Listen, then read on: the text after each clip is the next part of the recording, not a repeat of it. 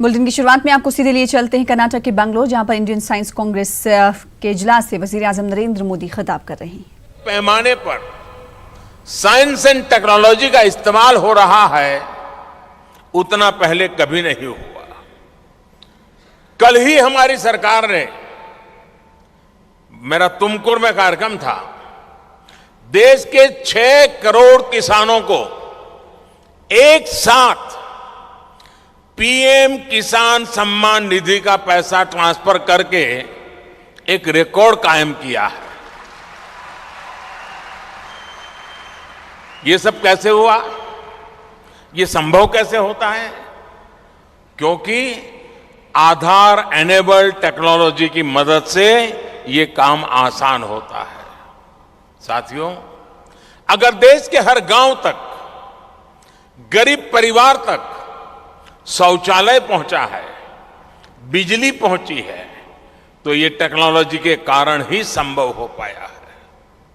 ये टेक्नोलॉजी ही है जिसके कारण सरकार उन 8 करोड़ गरीब बहनों की पहचान कर पाई जिनका जीवन लकड़ी के धुएं में बर्बाद हो रहा था। टेक्नोलॉजी के उपयोग से लाभार्थी की पहचान तो हुई ही, साथ ही नए डिस्ट्रीब्यूशन सेंटर कहां और कितने बनने हैं, ये भी हम बहुत ही कम समय में तय कर पाए। आज गांव में सड़कें समय पर पूरी हो रही हैं। गरीबों के लिए 2 करोड़ से ज्यादा मकान अगर समय पर तैयार हो पाए हैं, तो इसके पीछे टेक्नोलॉजी की ताकत है।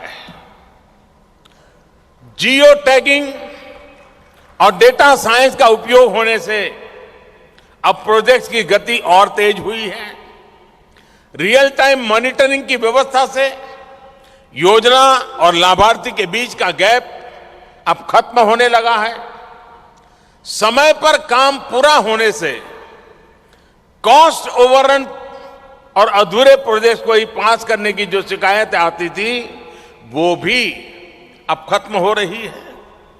Friends, we are continuing our efforts to ensure the ease of doing science and effectively using information technology to reduce red tape.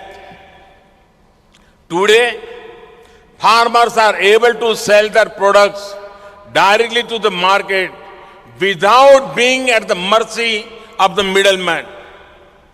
Digital technology, e-commerce, internet banking, and mobile banking services are assisting rural population significantly. Today, farmers are getting the required information about the weather and forecasts at their fingertips through many e-governance initiatives. साथियों, भारत के विकास में, विशेष तौर पर ग्रामीण विकास में technology की उपयोगिता को हमें और व्यापक बना। और इस वक्त बड़ी खबर का रुख कर लेते हैं, जो कि